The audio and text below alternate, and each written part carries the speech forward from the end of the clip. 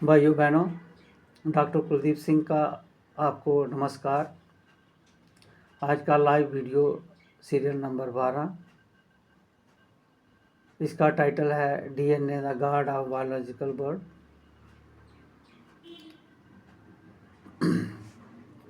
जी, chapter number 4 है, मेरी किताब से लिया गया है। किताब का टाइटल है सीरीजन the 21st century God and practices to save planet beyond United Nation 17 sustainable developmental goals. ये किताब मैंने एक एजुकेशन टूल किट के रूप में बर्ड फोरम में भेजी हुई है, यूनाइटेड नेशन में भेजी है, बर्ड रिलीजियस पार्लियामेंट में भेजी है। और मैंने कहा है कि कॉन्स्टिट्यूशनली, रिलीजियसली और साइंस एंड टेक्नोलॉजिकली गॉड एक ही है। और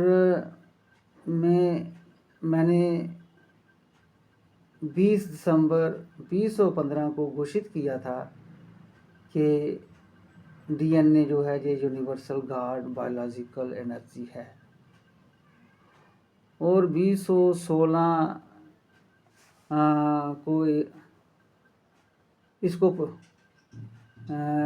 प्रमोट किया मैंने, इस आइडियोलॉजी को प्रमोट किया मैंने न्यू ईयर ग्रीटिंग ब्रोशर 2016 के रूप में।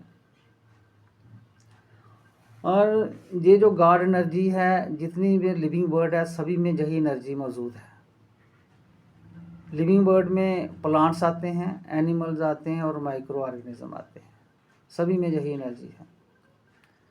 ये एनर्जी ओमनी प्रेजेंट है, सभी लिविंग बीइंग में प्रेजेंट है। ओमनी साइंस है, ये हमें पास्ट के बारे में बताती है, प्रेजेंट के बारे में और फ्यूचर के बारे में। ये एनर्जी ओमनी पोटेंट है, ऑल पावरफुल है, ओमनी बेन्यूवलेंस है। और हेल्दी स्टेट में अगर ये एनर्जी है, हम हेल्दी हैं। अगर इसमें कुछ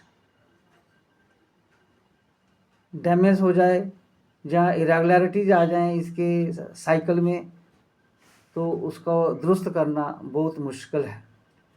इस एनर्जी को देखा जाए तो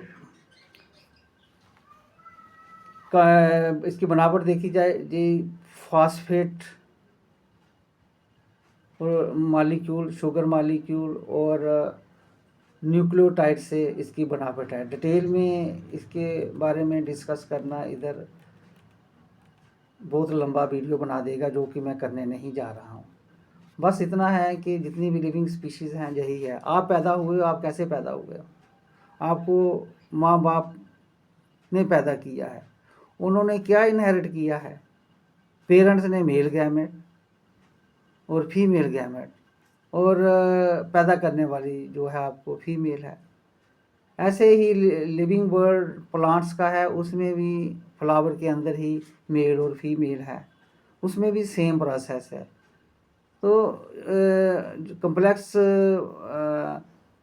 बॉडीज़ हैं, कम्प्लेक्स ऑर्गेनिज्म हैं, चाहे वो प्लांट्स के हैं, एनिमल्स के हैं, ह्यूमन बींग्स के हैं, तो रिस्पेक्टिव ऑर्गन्स हैं, रिप्रोडक्टिव ऑर्गन्स, जिसको हम रिप्रोडक्टिव सिस्टम कहते हैं। तो बॉडी को चलाने के लिए कितने सिस्टम हैं? रिप्रोडक्टिव सिस्टम है, सर्कुलेटरी सिस्टम है, डाइजेस्टिव सिस्टम है, नर्वस सिस्टम है।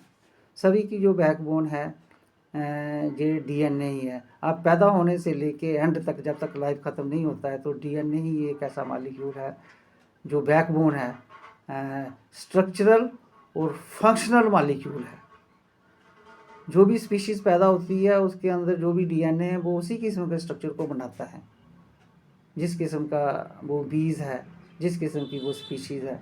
और फंक्शन फिजियोलॉजिकल फंक्शन, इस डीएनए का काम है बैकबोन ऑफ फिजियोलॉजिकल फंक्शन। तो अगर हम धार्मिक ग्रंथ देखें,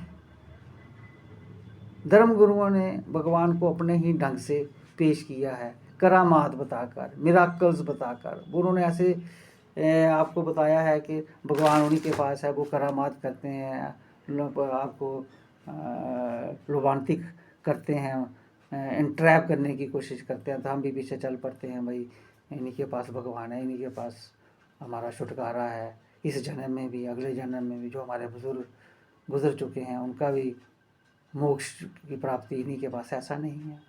आपका डीएनए हेल्दी है, आप हेल्दी हो, डीएनए को आप हेल्दी रखते हो, आगे नेक्स्ट जनरेशन की भी आपकी हेल्दी होगी। तो ये एक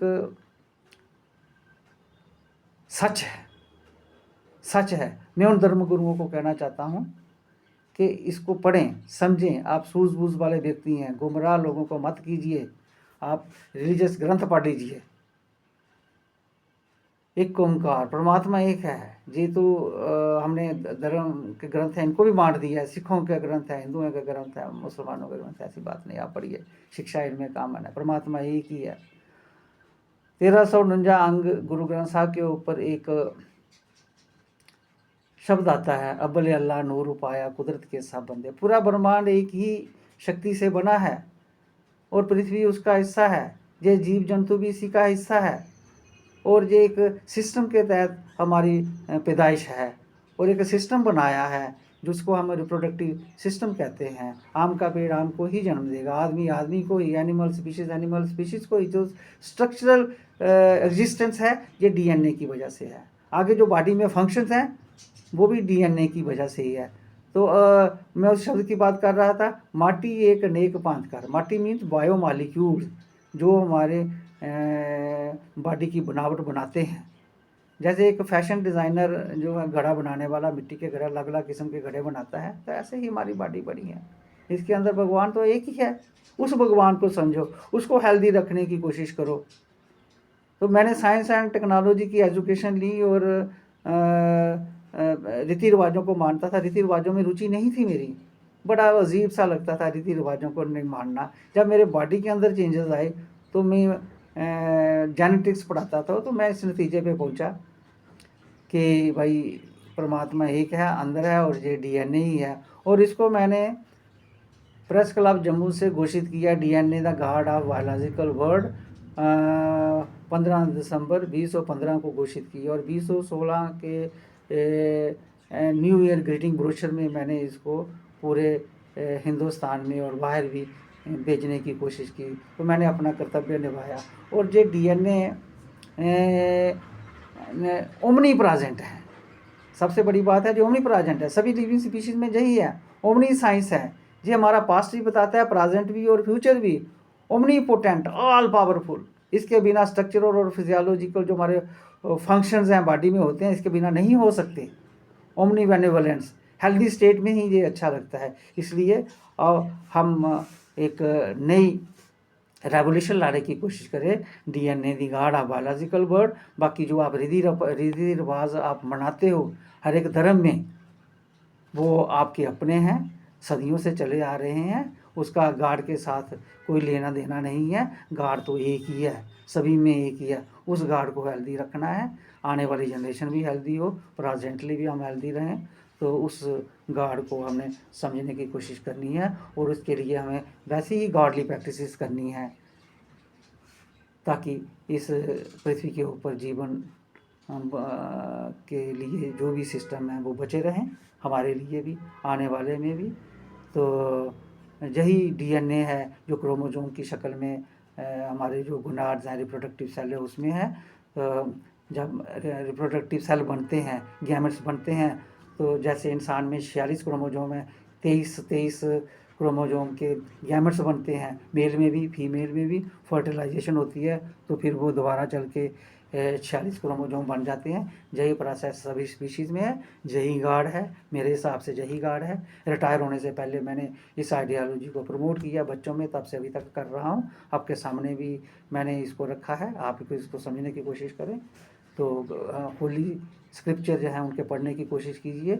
इसको अब्बल अल्लाह नूर पाया जैसे शब्द है कबीर साहब का, इसको पढ़िए, पूरा आपको धर्म का नॉलेज मिलेगा कि गॉड कहाँ है, गॉड क्या है। तो मुझे यही समझ आई है। तो आगे आने वाले वीडियो में मैं गॉडली प्रैक्टिसेस की बात करूं, ताकि जीवन चलाने के लिए जो हमारे रिसोर्सेज हैं उनको बचाया जा सके, उनको हम गॉडली प्रैक्टिसेस का नाम दें, उनके प्रति हम सावधान रहें, काम करें। इसके साथ ही आपका धन्यवाद।